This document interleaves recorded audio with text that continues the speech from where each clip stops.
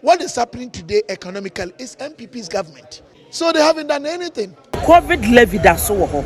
Onimi nyansan ya na ya pa. MPP die entrono ya doso. Jandam na ya doso no. We di ho dance here. Wo ba ye 24-hour economy one kan one sem. Nso mo to ndwum si 24-hour economy. One job, 3 shifts no wa he. As if we knew this would come up. It's about also using data to make it evidence-based.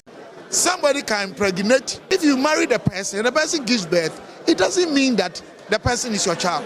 This is the MP the family is fingering. Because was always coming around his wife. Mamu akwaba ebiem emra jumadi iso ensem bebre ene koso ewo oman Ghana mo ya fancy yede ni nyina ebre ahefo after set finance minister atofosen ede 2026 budget ebe tu dwawie no enkomo bebre ene koso ewo oman Ghana mo finance minister akwako tinkomo bi ama enkomo na chi no ensem bebre ene free oman Ghana mu eba quick one ebe ram na edihun komo his excellency John Mahama mampani gusu obo adwuma sada beya oman Ghana ebefa yentoma pa efra quick one ebe ra honso na afeni edin komo na bibia ay kama NPP amanyuko no so enkomo bebre ene free ho eba bare no Samuel Abuagye se beto dwa se ne wife empanimfo senka onfa ne ba ne mra na omunya kwada ne die ne no mu hu se his excellency John Mahama ehwanu a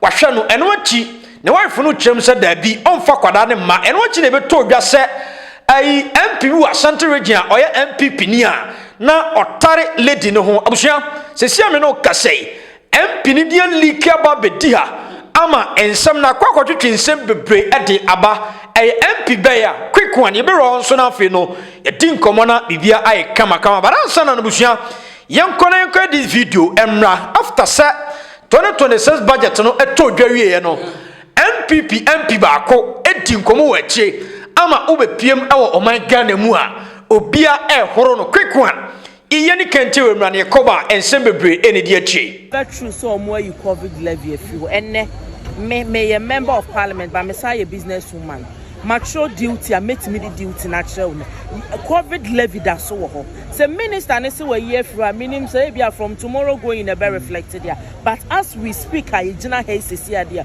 obia we yi nioma wo port no obia ode ne nioma for the various border nyina enim say levy no e ya ade a eda so ho a ye nyi free ho okay honorable 2026 budget aransana no yenye video we hu adwuma and say MP ni di tu dwa say wakra niema nenso ai COVID-19 tax no yenye free so okay mamenche ya hwefo nyina ya na ma na ye ya no say constituency ni pe wo so bia 5,000 10,000 20,000 50,000 80,000 na yes yensi anemu no nkosi anemu omrahye bedwafie na ekodane koba se nipa na yeyi no no akogye nipa be se 5,000 50,000 10,000 anemu no onimi nyansan ya na ya pa ya na ya pa tiasem na me fanfan se wo chesa se onim nyansan na wo yeyi nipa be se 50,000 100,000 ana wo constituency wo ne yeyi baako na se nipa na be kwa iri nim nyansan ya moka ayinfo wom lawyers wom pastors wom prophets wom obia was our constituency ni mu enti yeyi nipa no akosi anam awo out of 276 constituency na I was seeing the best person awo nim nyansa enye school nko a no betimi represent ye enti se ko end up se nipa ye koyi ni so nko represent ye enim nyansa no wagu constituency ni mase me ka dia akosi sei the brighter obi onim nyansa bia na enye school nko ano enim se budget ye ready ya enya adwuma wo ha na say enti ne da so kwasa 2026 budget asam no 2026 budget opese be ye adwuma 2025 asam no simple 2026 ni mpo ne ready ya ko ready wie yi e wo se marche bedwafo sa betena se no mo sa bobo ho ansa ne ayese mogituma na monyintum no ma ayese ya atum ansa ne hono asase ya adwuma but so wonim nyansa na you want to so better to politics obey begimbre politics a obekasa te say de tobo mrahye bedwani say de osi kasa yi I'm not insulting her. Anti Enfa Tobo. I Nyina no sa MP we no omuka say omra parliament meshemra de onim nyansa wo mu yi no e wo constituency so meja wo ma na emom no no wo se me ne wo ka say obia nim say COVID-19 levy yenyim firi ho esan say me makokra ne ma metimi di receipt nyina to mra che bedwani ye ready budget awie obia firi ho ade e bisa ho asem na wo back na te se fie wo na wo na ka say onim ne enti wo ho onim ne left and right and one in botaye senti asuma no fio and some yetobo constituency no me atimamuni am ton ma and I will be very very ashamed some MP and sama me we because we are making any sense wa me emu say school na wo koye no and politics na oye no we fie nyansa ni school no blend and wo kasa basa asa de obi a wari wonum wi tofeda no and asa woni bi da no adibie no sana ma me wo kasa because budget no yenyam fam afie ho and matena se and mabobo ho and maji atum eye den na utim bedi ho adanse say yenyim firi ho enti asam na wo kan ya atro the brighter yes 2026 budget etu de wan bon kura na wan ko school no no oh ayi mrase bedwani anase central ni bisa wi me ni afa no read budget no budget no kura yenyampo mobo ho mrase bedwafie empo ni akase ye beje atuma na yanyintum afa bu nyina munim say 2026 budget enti ye ntwen nyame ya adom ni esi 2026 ni mu abraham mrase bedwa ye nso abobo ho ni age atuma wie no na afa firi ho kɔ no ni ahwɛ say ampasa de o kan ye no kure say abani be ye fru ana onyim fru a e wo de wo ba metimi no adi nkomo na ebi emprempre de me no kasa de eda so ho sanse ye nyina ye nim se budget ye ready a enye ho na take effective it se wo kasa asem we ya obi onye NPP ni nkasa de na ya NPP ni no akasa asem we da this is the only nyansa because onim ye pass MP wo ka no kure ampasa me suma nyansa ni wo ma che bedwafie wonim nyansa na dirimu do and indeed ye ready budget we anye ready we na sha ase ye adwuma director enti maami we no de no kwasem nie say so person trending and we trending super and we gu ne ho ani mase amen na ne mane na busuafo nyina nkrofo de wo say treten so say ah na we ni to obo mrahye bedwani no we ni to obo mrahye bedwani we ni to obo mrahye bedwani ani wu na say and some manfo can say sorry to say MPP there ase nanse no entro no ya dos no jandom na ya dos no we di ho adanse simple so person hu a adanse na bi nie atro enada akohwie ane abayisam awurewure binum ewa amanyosem wake we say no de onima de no beje adi no those vulnerable ones na wo mo MPP mu no anase wo mo Ghana no wo mo som and no mo be discuss atofo se class wa COVID-19 afiri ho eso sa anya no kre sa wonyi enti wo mo be discuss e mo de ko because sani pa no onye na dwe so obesua bibia onye na dwe so obetie bibia phone ye na obeko YouTube abehwe me no wate de make bi kro ni phone ni bi ana onye na dwe so obetie radio no obetie TV bia eti de na MP kan ye bi onya no obi phone so a wohwe ye no ana obi tika ma wo ka no afa eno nso no de nam enu ti na aduru mre bia yen central for no ye play very critical role our governance mu ye tena se say ya ni a chechire mu ni a mo obi ehun se ni asem ni sitie maame weyi samene no a kamesa grant interview foforo ma ka cha Ghana for say de me kan na sa atan ma no wi tofe ba fe de me ye nipa da sani ti me chem say ade na me kan no enya no kore quick one yemfi ho na yemmongura budget nim atofo se din nsem bia tudwa but yeni kan mongura budget nim ansa na yakokotie nsem a atofo se ediye after budget no quick one as a COVID-19 tax ye fi ho ade ba ko a me hu ye e o budget no na atofo sen aka mani age and yes say was it the foundation of the budget is to sustain the microeconomic stability.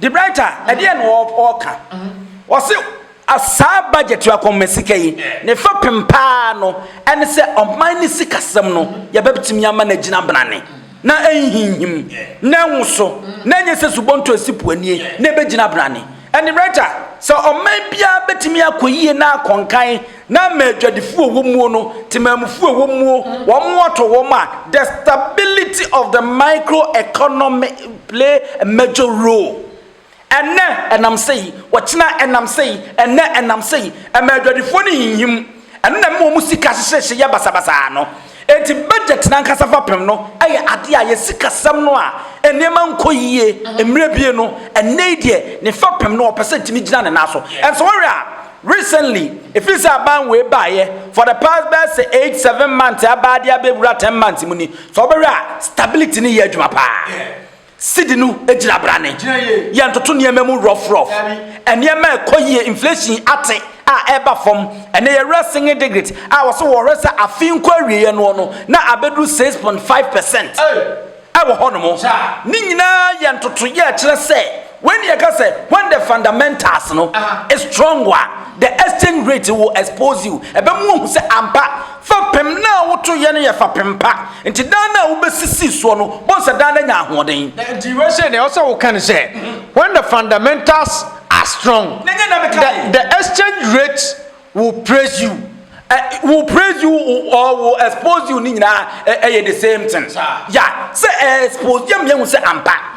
Ofapem no and at the same time say expose you nyan so and also betimi akonsa de baumia eka no na and praise now also can also the same thing. Indeed and no and understandable cry fast e de ma obia ebe ma obia say ampa sanfapem na woto ye no na ye fapem cement ko mu na de iron rods hihye mu na brecha na no ye adwuma no onim adwuma ntu woto fapem ni yi eno ne ye hwehwe se eno no tumi gina ye adwuma yi a de brecha bibia betumi akoye diaman but some man sikasam nya niam anko because ye yi akwan ye si school ye si hospital bibia ye bia no is about money.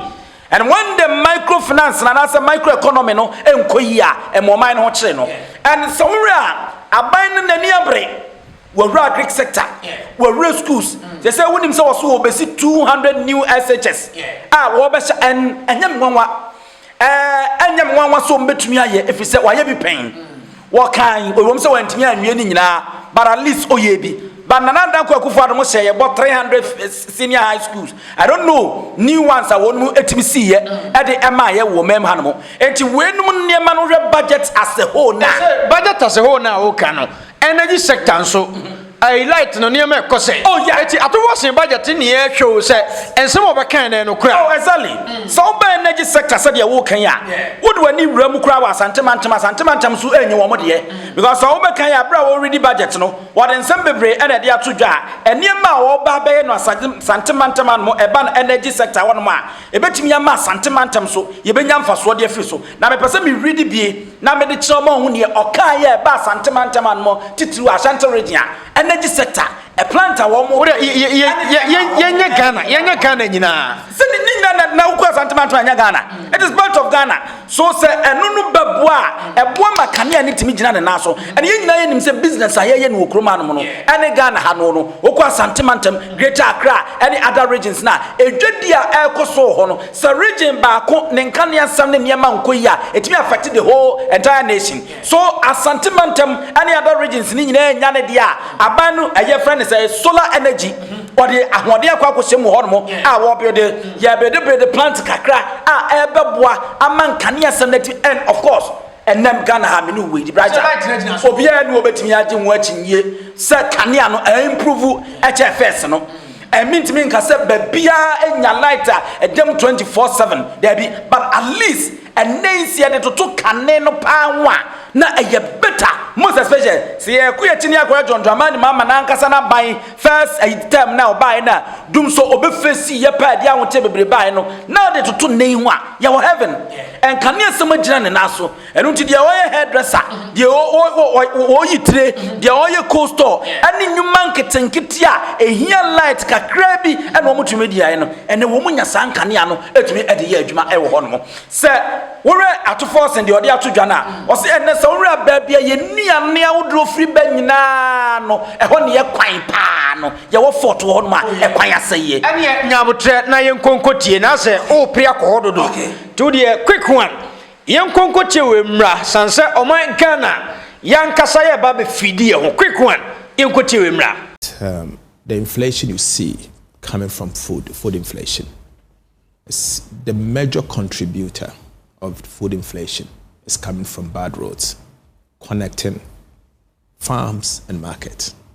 And so the Ministry of Finance, working with government, designed the program that will be implemented jointly by the Ministry of Food and Agriculture and the Ministry of Roads, the feeder road, the Department of Feeder Road in particular, where the Ministry of Agriculture will identify those roads, and then the Ministry of Roads and Highways will fix those roads. And we are doing 1,000 kilometers.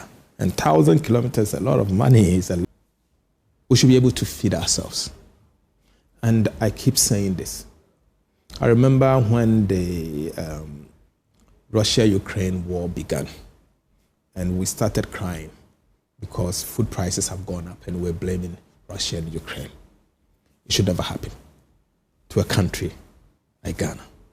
We have arable lands, so much, more than built-up areas. We have fertile soil. Rainfall is not an issue here in Ghana. You have the rivers all over, and yet we are complaining of food. Yes, I'm concerned that there's glut. It gives me sleepless night. And that is why the president has come out with a policy saying that beginning now, and you heard me say, beginning now, all schools, basic and secondary, and the instruction does not only go to the schools, it goes to the Ministry of Education, the other get fund and all, that you have to buy only made in Ghana rice, because it's government expenditure. And maize as well, rice, maize, chicken, and eggs. So as if we knew this would come up, but it is something, because a lot of thinking went through this budgeting, we have, and it's not just conceptualizing it, it's about also using data and proper analysis to make it evidence-based and finding a solution to fix it. So we are spending quite a lot of money on agriculture. So the tractors that we are buying and all. So you're also buying tractors for farmers? Buying about 4,400 different tractors, the different equipment to support farmers. So we are setting 5 farmer service centers across the country.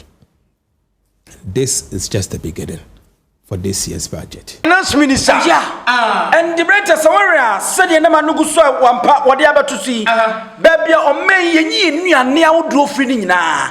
Ahafo, Western North, Western East, any Eastern region, any Northern region, no, na ye nitty trooper, any friend money adiano, one more crime baby. Nitty trooper, baby, a cocoa, I would do free bano. Enti, what's Sudia? So one more baby. No much some can answer near Bay, one bay. And once a walk on the battery. Or might be I want to be feeding a honor. The better, Sabia quote of Fatchame. What is said you wouldn't 9 wouldn't any? Or money I want to be feeding honor. What is said you wouldn't 9, no one say any. What's some yana a yana mobile? Or mine to Sagana, are you a mania? It was thinking to me, yen me and feed you. Wah, Nanke did be common on it. Near Cotonia Bebre Faso, Ghana, your Mayan said, we are not to me, I want to me quache. Now, so some Becaya, a dream said the annual canon, yes, a Russia and Ukraine war. One more corner, no more can to me affected and Sassia, I need to be Anua. Empo planting for food and jobs, a binded Diano was it and more affected, and Timiano quache, a more wire-ding, a broke wire-ding, well wire-ding, come on board, yeah, Banche, Bibia wire-ding, ever, because say. Yeah, the powerful. And when my own taking agriculture sector no serious no. Some mine more bo. Because some agriculture yeah, and money nyanta free, and money nru free, and money aduane free, and no money ebe konya timi akonya car e free. So without agriculture no, on mine nankasa no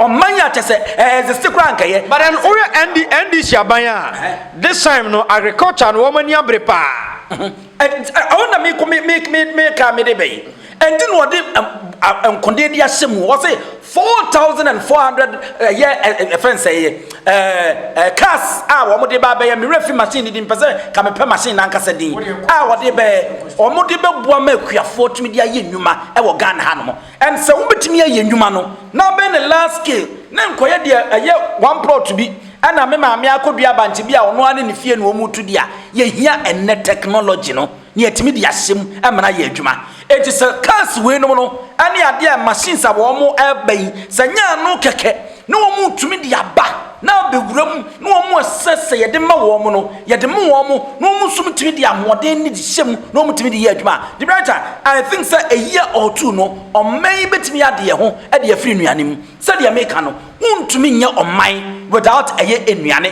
and as agriculture it say ni paduane siwo ni paduane siwo na akoma ne nimu a eye dan hunu e ga na kwa no ensase a ye wo anano commander mu ko si o se omutimi kwa be 3 hours na eye nwura nkwa omuntu kuro eni sansase ni nyina ye ntimi fa no nuane free SHC eno ne aniema ye mpanyimfo ne lake and ebia nkakra ye benya no wo send this aban we mu dia ye bompaye because said ye wo kan to kwan na ko bono ene ne mpatam na kore to kwan na ko northern region ene ne mpatam ko na kore to kwan na ko eastern region ene ne mpatam na kore ubetimi atwa kwan e be firi hanma ko hamile na unhu da ba akokora na yesre asase pese na da hono ye irrigation system nya papa ye ni aye machines technology de ye adwuma and this is the time I was aban no de wakan ye bompaye so won mo de be se won mo nsan betimi de nam ye ne anwoden de asem ye irrigation system no fine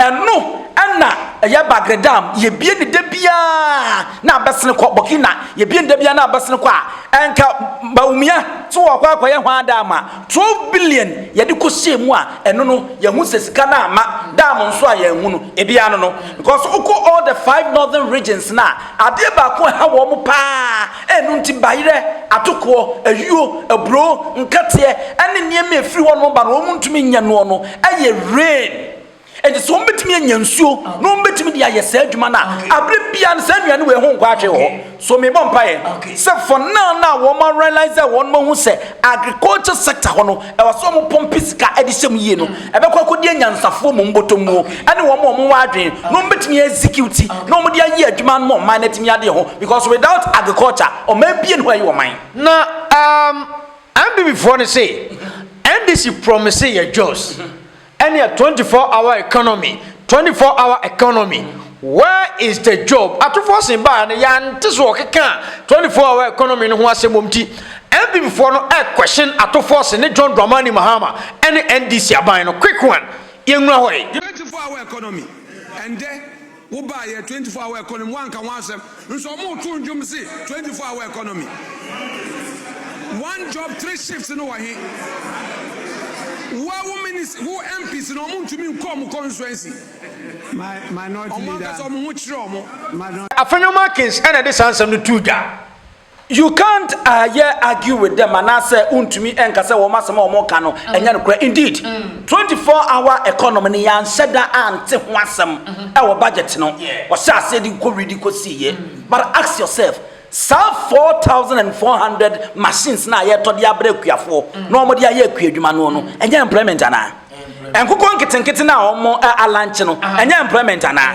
and within the budget no was more than 800,000 jobs ana nyuma wo mo de ba no ebetimi ya create eno no nya job ana so it shouldn't be specifically say 24-hour economy eno nko ansa na yetimi agi atomu say waka bibi dia fa but then so mo so can say and 2016 NPP ba no free SHS wo mo ba ya nche no mo yeye na yemo na 24-hour economy Ghana for akwakoto aba amamu a afa still na Ghanaian youth no omo da so atifie na nu omo kwakopa adwuma kwa no nipa sesa famu awu nti asa ni omo se niam ankoye ho but na me free say MPP force 24-hour economy na ye adwuma dada obeka Dr. Alhaji Mahmoud Bawumia o se toba for wo mo ye adwuma da bia e wo ho dada meboa ana meboa na Bawumia nkasa asem na meboa enti no mo se wo ho dada enti omo sa se omo san famra na e de na omo sa de ba for now ukotema porta wo mo se eye adwuma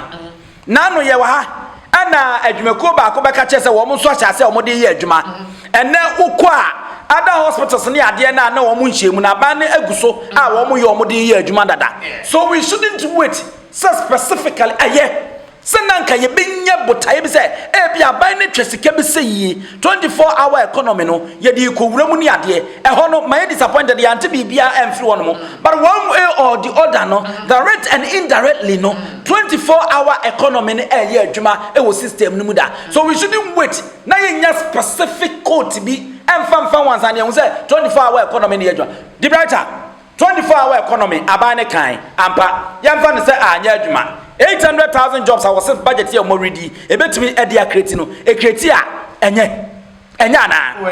say work it and get your man lanchano ampa none the butaya by ne penwono. It's me sustaining a year juma not a coswa and mabruna one per juma year 24-hour economy and yabiana. Nurse for one more real squad, one more tiffy, I won't hear to man no. Hospitals are buying this was no. And in the one more datano, nana than go for the Modia, and the woman Reno, one more employ one more, and yet money biana. So we shouldn't wait. Then yes, specifically 24-hour economy, unim, a opposition party.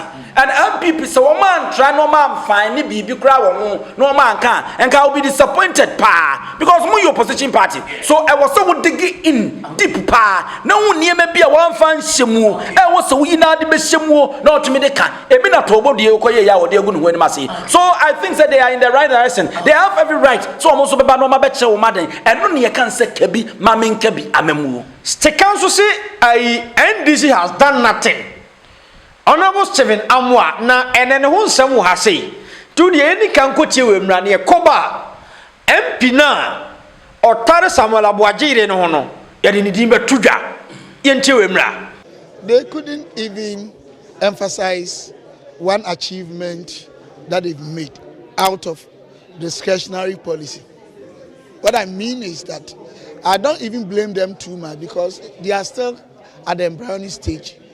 New government, they are now doing a whole lot of reconfiguration, vetting, and realignment. So they haven't done much. Even the stability of the city. But it's not. They haven't done anything about stability of the city. What have they done about it? Did they tell you any policy that led to the stability of the city? It just came from last quarter 2024. Honestly speaking, what have they done? I'm asking you. It was the NPP government. One of the reasons, majorly, was the fact that we domesticated cocoa syndication. By January, we had gotten about $1 billion, in fact, over $1 billion in our account. It's never happened before. December, we had over $500 million. I am talking about dollars, over $1 billion. Aside that, we had gone through very successful and peaceful elections. So the confidence of the market.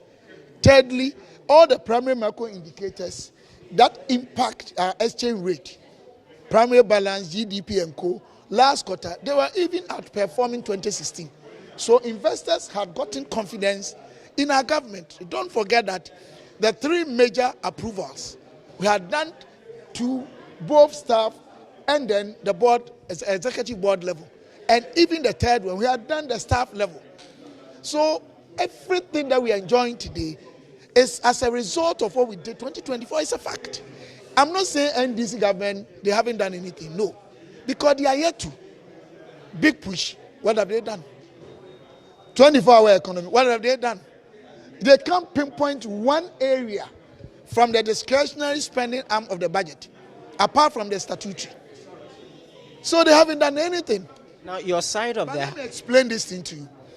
Our market economy is the defensive type.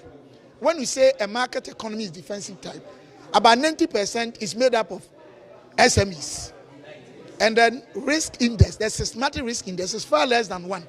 So when the economy moves forward 10%, it impacts the people or the market slowly. So even when we restored the economy last quarter, it impact exactly, and this is a fact. Unless those who do not understand those areas. And you can't say NDC government is not doing well because first year of any new government, you don't do much. What is happening today economically is MPP's government.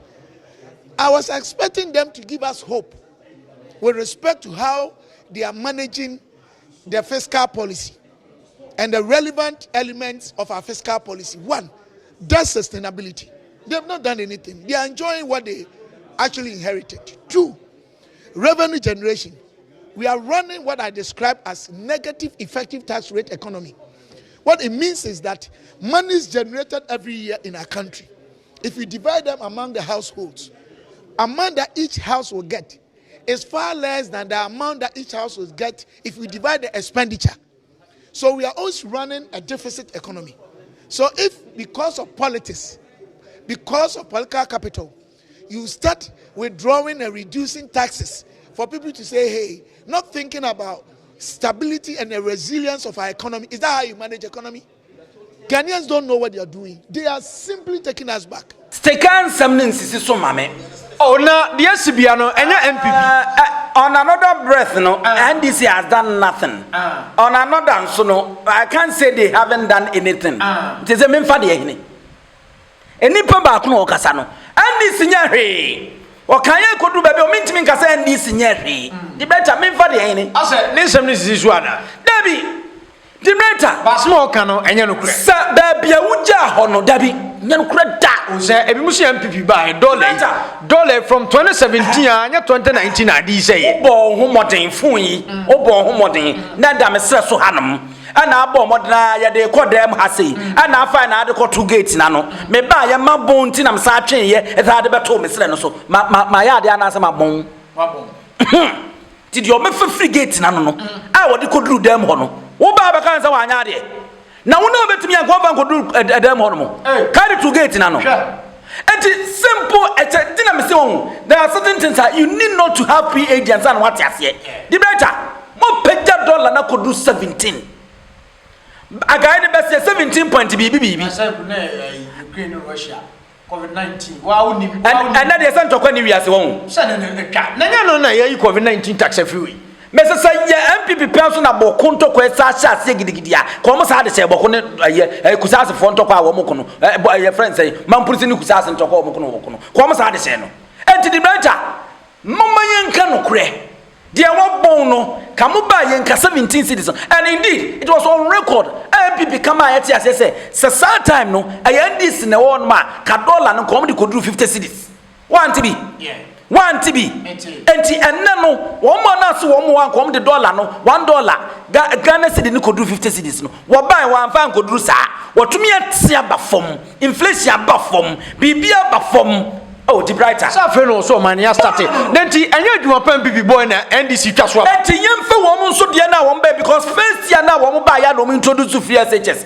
Young fan on some NDC now. Because NDC anyanchi shepa kana muntu mi introduce free SHS enti yemfa mo say NDC nti na free SHS ba ya na o kan say nso a wo monte ase enti didenti na de na ma pay wo mu di brother yemisi am say ene ya me ne wo kasa yi ana cedi na kodu 20 cedis ana say da so na 17 cedis wa enka se ka ba enko be sa be kasa asem na wo kana na say MPP na ye na amana kodu on ma na aba we ba wo monye hwe enti de wo na aba na ya ma economy na ya basa no yemfa nche MPP ana mi bisa sa akoshi wi anka sekabeka sana debi omu tiseba umia de ye bia no ye wo mo a de nye bia no ayi obi foforo na yeye asama stekeken so tie ne ye pa na ye critical analysis na we political lens na ye wadwo so be ye fair na de analyze ya nyansa nim sa na ekosie nyansa ba kokura nim ena NDC anya hwe watena NDC ye bibi etimesra no ba bi omu pagya wo man no man si kasam ni koduye no ena NDC abaye ne sa no enu nti na MPP kasam bi optim se bi kura ye no kura pa enso social media obi anhu obi ante so die a man for beto wo mo ne sisika no e be stabilize e maburu benya adwuma ye ene ye bompa ye sa aban we betimi aye de amaye quick one yemfi sansam no so na stikana no Ose na nse be to dwa se ai Samuel Abuaje NDC ni anu company fo mu kowu ye no ho no omo se ne yire no ka ne yire ne mfa kwada ne mra empanimfo hia kwada na ye DNA ehun se eye Samuel Abuaje ba na se even John Mahama kra ba hwe no ehun se o Abuaje ba no hwe no ne yire nse da bi da on de ne ba de nye DNA o mo ya den Abuaje wu no de ne ba eno chi na busuafo no ba monten be kan se MPP wa Ashanti region no target no nti na Abuaje susu se e ba no nya ne ba na mom MP na tare ho na ne ba eno achiamanfo do mo nsa trentre yi tafo MP so no fanboy chiamanfo do mo nsa trentre so na papa ba se bo kwasi obi kwa wo ho ana me sa ko video bi a obi kwa se asenso boache afa na no ene me koda sore ya me hu video bi a Black Rasta ba be bodin se nipa kona no tare aboagere ne ho no eye honorable sticker eye honorable Stephen Amoah ageta ayeje Black Rasta mra ye koba information bi leak wa chiabusua yenti we mra. This is the MP the family is fingering. He's called Sticker. Stephen Amoah is his official name, but everybody knows him as Sticker. Come here, my brother, my sister. This is where the plot becomes Sticker. I asked the family, have you contacted Sticker? They said no. But Sticker was the one fingered by our late brother and son, Samuel Abuaji. He was always complaining about Sticker. Sticker was always coming around his wife. And he complained several times, allegedly, to the family. And it came out that Sticker allegedly was dating this lady Abigail from school time. And when she got married, only about 2.5 years ago, in 2022, 2023, we are told, Sticker allegedly continued the amorous relationship. My brother, my sister. Now, Sticker himself was born in 1970. So he's 4 years older than Black Rasta. He was my senior at T.I. Ahmadiyya Secondary School, Kumasi. And we all loved him. Is Sticker the father of this 3-year-old? Could the family be right? Could the family be wrong? Remember where you heard it first. The family is fingering Sticker as the guy who was coming around this young lady called Abigail Abuaji. And allegedly, according to the mother, her son Samuel Abuaji was always complaining about that MP. And that MP is this MP. What is rocking Parliament? Okay, I'm sure. The writer. Black Rasta. Honorable Stephen Amoah Rasta. Oh, but when you could drop on a Black Rasta, the body. Oh, allegedly. A second so about a crano shakrani trino na. Na na pampem no a. Obasa Sticker. Na ese was na onim bibi. The Amagana for a suspect Sticker no. Wamu ready budget no de nsem bitudwa. Na sansam na amanfo akwa twaba no se Sticker. And your Sticker betime disaboni. Okay. Quick one. Yensan ko tie sa video ni mra. Yakoba nsem wachi. Sticker sa kwa ko din komo bi wachi acheche nsem se. Geno ko wu geno 7 years nie. I would any can tell him na Yakoba information sa wachi. Somebody can impregnate another person. The fact that if you marry the person gives birth, it doesn't mean that the person is your child. I don't know if you understand what I'm saying. That's how you need the DNA to confirm. 100%. 100%. You need that thing to check whether it is true or not. Ebani Sticker ba asema work anu so de no anu no. Sametiwe menyim obi. Na kwaku ma nwan na oba na abewa anu na wo wu anu nche se ba ne yoba. Ubetimi abewa anu, obesan na dabra oba ne nyim. Oh. Obesan na dabra oba ne nyim. Ai wasade nyina atua tineta ne ade obekwa akowo, bekwa akoyi na free hospital. Ahwa akra no bibia ma akra bi kro obanyini akonya adwuma pa ye still. Onyo biological father. And when a Sticker kanu. Enti maki Abuaji esanwan wo betimi be ware ya biga Abuaji no. Ebia na biga ne nyim dada. onyim dada. Nanso maki Abuaji osama nyoba na otiase no. Samuel Abuaji nyoba na tiase no. Na ho aba. Enti ye Samuel ye nipa ise na Sticker na Black Rasta say allegedly Sticker yi. Ndi Sticker ba. Na ye no mo kan. Na Sticker so yesa. Na de no onya sa. Na de woni be ma. Wo your banner sabe wo your bed jimifo a wadwene nya adwuma sa na to wo na Sticker so se ampa sa minka se ampa se ampa sa State council enti finance ministry so akwa deputy finance minister. The finance ministry dey na odi esika ye no. Sika because adie ba ko miminim say ebetimi ama oba onne obi ti say stika say allegedly yampa onne na twempena na mpena ne twi ni mo magya ye wie no akoware. To be frank, sorry Mike Abuaji Samuel Abuaji we are very young edan stika enti nkia because onu mom no onu oba no wono eboti pen anka esefata na oni stika ebeka se virtually akokora stika no ye sugar daddy oni na twempena nyame da roma allegedly waba benya Samuel awa no we young guy wabese okawa stika so onu twempena mpa wa anwaawo tio wodi ubi free wa anwaawo but wo benya obi amana waawo ade ba ko betimi am oba bi se ye no kura obetimi etu na mo ayesika timi ka dia besi so say ye finance ministry o kwa na sika no de kwa ye sa de allegedly say no kura ade ba ko betimi am oba tu sa na mo no enie ida say no kura sika de sika na dada no anasa stika e wo bullet simple ayesika anasa sika timi di wura no Samuel entimi nya bie enti wo me worry Samuel ruye ya no se lanka stika timi pian ya me chewade na ni so se stika timi pian ya enko be ware stika tie se otimi what otimi pian ya nko ade a enka stika no be ware no ebia no de na nka se no kura mpa stika ware na nka no ope but ebia stika na ne wonya na jo so obe wa no so de ase enti wo ba ntimi mfo so but after that no na so obe ware wie na wotena se na afi woni ne new husband ko na no kai no hu se ebia stika kro ye panyini cha me husband ya me ba wa no na se me ne twempra legend na ye no kra na me se de stika si pia me ama de ni wura me yie de kura stika nso de na mo sa no se de osi ye tia slim sa no stika pa de se no kra se be yeska Oko finance ministry don't doubt about what I'm saying so men doubt it men doubt it and you twitchire obebetimi afa ba ma wo kura weyiye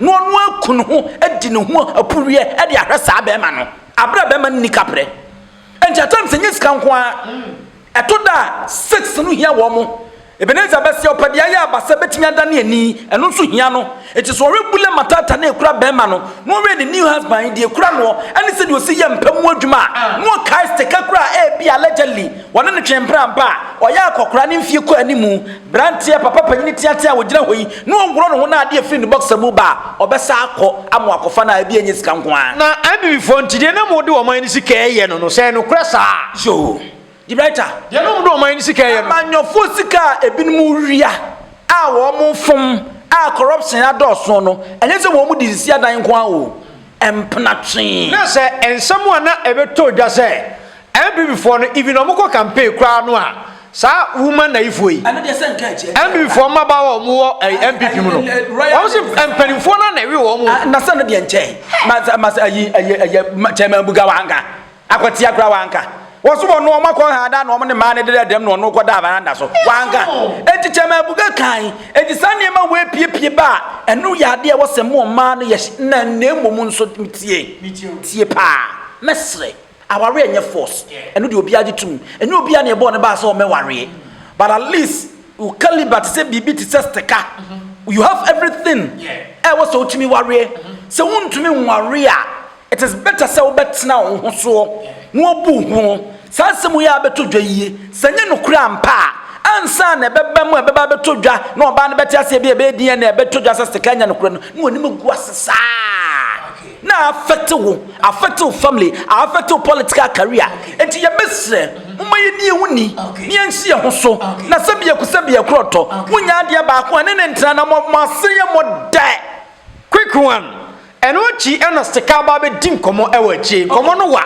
tie nya botre nko na yenni akonwa na yentie ne nsem no nsem a ori tu dwa time a oshi again no enra magidi se na no dabre mesumi dia ne yake na enunti no afa mi ana pa se obi so awu ne ba ye me ba eno ana yes akura ne ti kura se uti na that kwame me ngasa bebre me de kokot na me to obi a obebie na no akasa asem no e be kokot we say there Miami near Black Rasta, because when a family na kasa.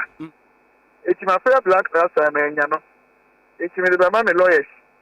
Family na court. Very simple cry. na we dey say nya de DNA ni bia wo na me sum nyame me nka say me yeso abofo ba me obi a me suro nyame o dey afie ti so mo so osunsun bi o di bodia sabe bibisa achi o mo nya ni nyina ba me de did me nyankopon we eja wo mo e kasa de but beyond that no me de be court simple kra na e no ka be ti nti na my di I'm taking it to court already you say first place America for butami America I'm taking the family to court they will have to come and answer in court and prove say me hard and reputation na your politics for 30 years obi ani fa de meti sabe me ya be ma me nka say me holy say me de sabe me ntime mfon ana bia me bu ntime mfu ana me ntime mpe oba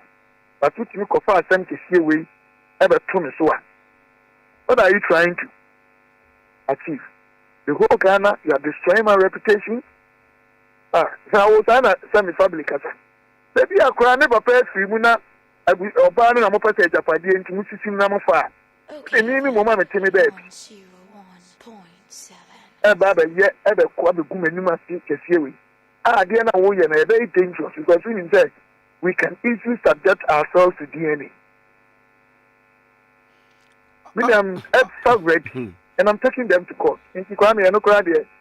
Man, yeah, you cry. Now, honorable, Abusian only Obi Womu was someone. Mini woman, catching the crime, you know. Sabe, Ababa, 1 million 7 years ago.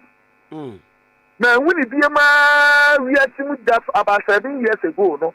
That's between the 6 and a half 7 years ago.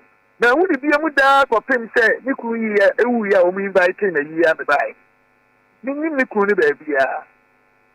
Some of whom and then Casa say, yeah, me say, about 7 years you need to see that the year and say, no, who is a man in a Casa, and then Musa and what to say.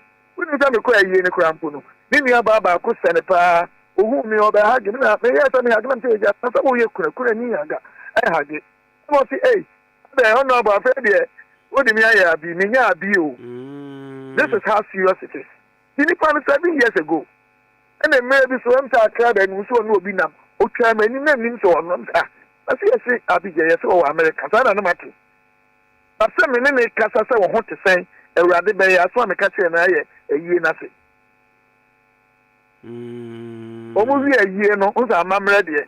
Or my friend Papa, and I'm sure. Young omo de ekwefi akodidi me kra me sini omo di machine party for me no enum ka so mbegidi omo de titi mani efi ho e ko me kan po se me nsuo mpa jonso ena me jonso ye na kra me ye se de me timi obi ye be kwa kowo ada mabodam me me tuwa mabodam me tuwa no mabodam enyo be just ni klasi e pese mu ku obi ba anima se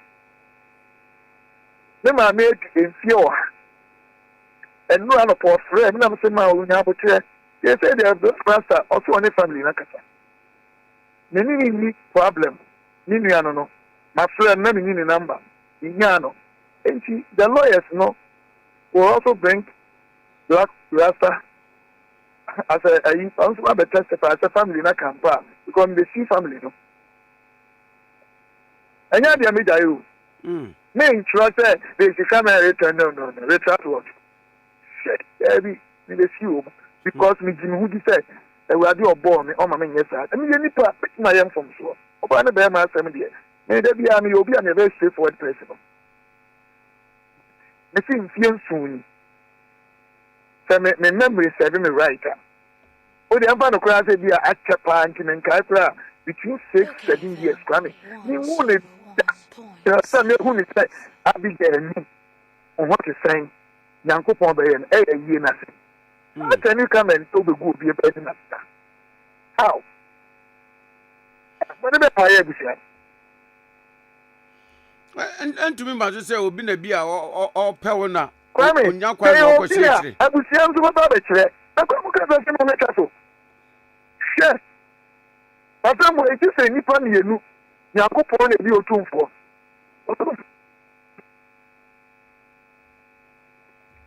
Hello, Nabo.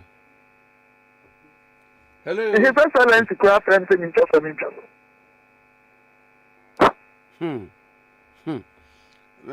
As I'm not a day. Yeah, Kwame, Otiminga. I feel them to Kappa.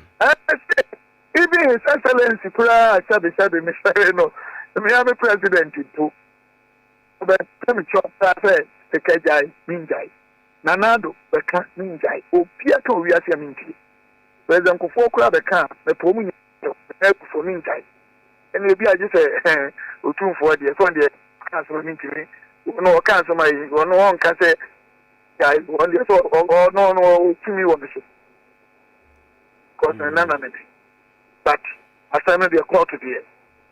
Mena me the point is, so we are in an emissary. And I can't know we need me no be able to go. Oh, Dabby. We need me no. Nayata. Dabby. Hello. Dabby. Kwame. Now the we are the train CDA. Now me so they had a Jimmy New answer. I know a demon. We are some nipa bebrebe wo manya obia se. The TN say, make us a crown and me nimna. Me your trofo. Me say confusion soon. Me won't that. Sa crown in your crown said on the member you look at him at the same time. You have me nimno. Anyway. What do you say? None of you no one who must have so before fraud the but me. Nana will be for Amoah. I make a say dear. Rade the cry when he said, the cry when he said, me say, a crown a co in fear soon about 7 years. A dog who no, I say, Abby, what to say, Yamebe, why? Not our a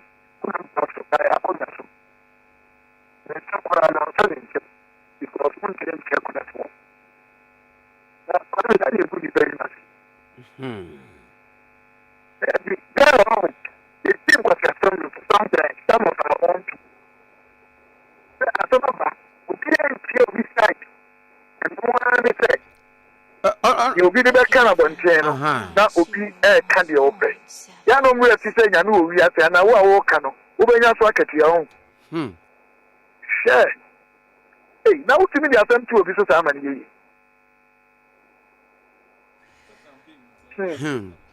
When so the a bet me as a campaign so come home. Ya bibia e bet ya for Facebook. Correct. Now me person make answer. Where my focus. Go to now hear me. I mean, we go for my DM. Come, you know the way I am. Me, I can go all length. Yam so many yementia, BBB. Maybe I mean, can't know I just saw the canny and no you. It's why I'm here. If I grew up and pen on for some. You know me, never sabasa. But media, because me buawa home. One Memphis in Yakro, I'm a different being altogether. You are Madame Makuma. Chad, you know. That now you be Vinamasa Makuma. And you'll be you're ready for anything on this earth. I'm a different being altogether. Timenya basabasa. I mean, I got to have me say, I'm you, Debbie. I think I come in young couple one. I know myself. Me too, I mean, can't you as a more mind, and I'm a holy you. And can't tell me a trouble fool. I wouldn't send me basabasa. I said, here. Shy. What the future will be an nothing corner to say, oh, Papa, I bet talk can't send me name, Sani, my reputation. My own reputation. How could you do that? I know. You know, honestly, I'm looking for a very, very good lawyer. You mean, lawyer, a good lawyer, Samo. At least what I've gotten is enough to take the case to court now. Me and I'm a teacher, say, me and the agent of the court. Well, yes, I say, any person that has my Bible and team, no be a Musenywa. Anyway, yeah, baby, oh, now, what videos on Kwana say, and open stations they be frame and see some budget ni ade no na ese ebufuo nti na me say my response to everyone say Isaac said the whole day. Say ya no die ya no die what are that I will for why in say me na ya but what are that mate so in say me make us order that asa pepepe God forbid now come and then one crown all we have to obey this and go say that's service my brother mumpo okay and upon born a maximum control mumpo and will be here my brother you say I was 7 years the who can then can say we are say at the say 18 come say in person in who be that a year ya na on walk him a few years later akwanyem aware awo na yese me na na abuadi kofu amo share family no omo ji se nko ya enyanya me so mni ade bi kware that ya na me kan ade bi obi ati aso betini aye but it's just a matter of decision and time. I don't know if you understand what I'm saying. I do pa only that na that ya me can any cheap private car near the me drive ya chapa it started driving from 95 to 96. You have it on the car 97. Ona ba no ejina baby e kakra ma. Hello. Honorable line no. Hello. Oh. Yane the Honorable Dr. Stephen Amoah. Share some rasebe Nina ekasa yi. Na enkomo no baby aba bedru no emu ya pa se otu baby a wodweno onka bi nhye mu na ye be kyekere asem kesese apokesire dia so awosa no